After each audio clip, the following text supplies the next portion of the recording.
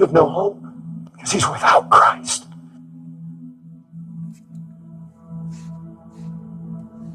There is no more damnable word than hopelessness, because all over and all around in every place in hell, that's what it is, folks. That's what it is. When people fall off into the pit, that's it. Hopelessness is everywhere. Eternal hopelessness. There is no hope. And I'll tell you why there's no hope. Because you're out there clanging on that rock. You've got your eyes peeled.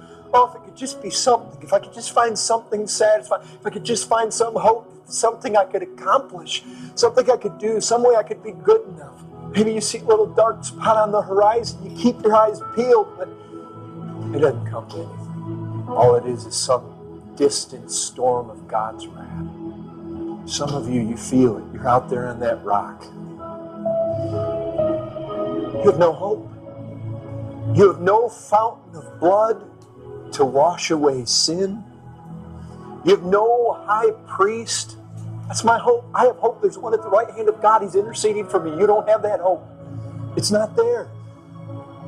You have no Lord of righteousness that earned it and worked it out to give you a perfect covering, to make you totally acceptable with God. None of that. Without Christ, you're hopeless. You're like a miserable orphan. No one to care for them. No one to love them. No one to have their good constantly in mind. Nobody to come along and wipe away the tears. There's no paradise. No hope. You're without Christ, wandering in the sea of hopelessness. And I tell you, when it really hits us, hopelessness, they have no hope. You let those words echo in your ears, to be in a place where you look at your life, there's no hope. No hope. A total ocean of hopelessness, wrecked, destitute. His soul is thirsty. You can't drink that water. That water can't satisfy. The more you drink that water, the more hopeless and thirsty you become. That's all briny, pungent. It doesn't satisfy. There's no ability to quench thirst in it. As the years pass by, you know what happens to that ocean? It gets deeper and deeper and deeper. You're all alone on that little rock. You got your hammer and you're trying to clang, clang. You're trying to work it out. I'm going to be a good guy. And you beat it out, but you look out and all that ocean does is just an ocean of despair and hopelessness. It gets deeper and it keeps deeper, and you keep your eyes peeled on those horizons, and just when you might think you see, but your hopes are always dashed. There's no help. You look up, what do you find? The face of an angry God staring back at you. His wrath hovers over your head. All is hopeless. Clang, clang. You just go on working. You work and you work and you beat on that rock and you beat on that rock and you only get thirstier and thirstier. Every fleeting hope in this world comes back screaming, hopeless, hopeless. You ever been in a place? You set your hope on something in this world and it comes and the emptiness just deepens. And you know it and you felt it. And the ocean just goes deeper, and the hopelessness, and you keep your eyes on the horizon, but there's no hope. There's no hope. And the sinner goes off, and I saw it firsthand in my stepdad, 3 months to live, and I saw the look in his eyes, and just the empty stares. Yes, I told you before, he'd be reading the paper, he'd be doing strange things, but when you look at him and you look him in the eye, you can see it, folks. You can see it, that haunting look in the eyes.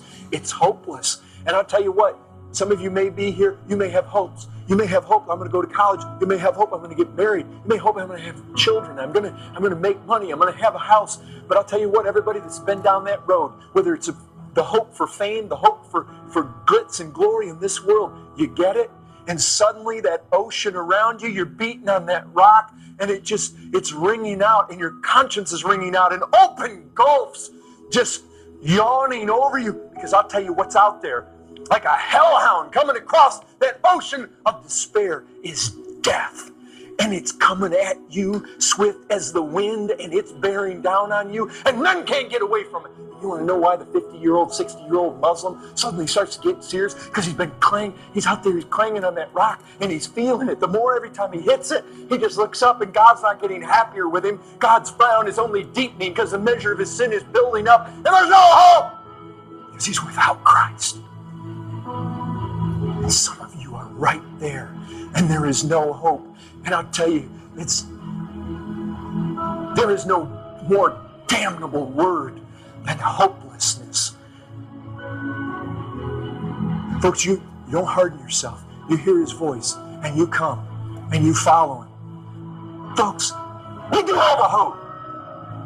We have a hope. Because I'll tell you this, I may not be what I one day will be, but I'll tell you this, I am not what I used to be. And though I can't explain exactly how it's all happened, I know this for certain. So right from the very beginning I knew this, and I know this 19 years later. Jesus Christ did it. And so no matter whatever the world says, no matter whatever they want to mock, you know what Christ said when you drink the living waters? He said you're not going to thirst anymore. You know what I found? Let the world mock all at once. I've tried this, I've tried that, I've tried that sin, that sin, that sin, that sin, that sin. I tried Christ, and I say, nope, I don't need anything else. And every true Christian knows that's true. And the world can laugh and the world can mock, but we have found something satisfying in him that we're not trading him for anything else. Let them say what they will, let them do what they want. He satisfied us. God's laws are no longer grievous to us. The thing is, we don't just believe that Jesus Christ is a real person. We do believe that, but that's not all we believe. We find our hearts burn with love for him. We find him altogether lovely. We find him precious above all things. We've come to believe that Jesus Christ died for our sins, rose from the dead, gone up to his Father's side, and we believe and we have a hope. He's one day coming for us. We have a supernatural confidence that we never had before. And God says he gives faith. This is a spirit-wrought grace. We have confidence. We have assurance. And he gives us that assurance, and he testifies to us. Brethren, you're here, you're a professing Christian. Do you have that hope? Do you have a hope built on the confidence of the guarantee of a spirit of the living God given to you? Where that spirit is, I'll tell you what, he makes his presence known. He makes it known in a number of ways.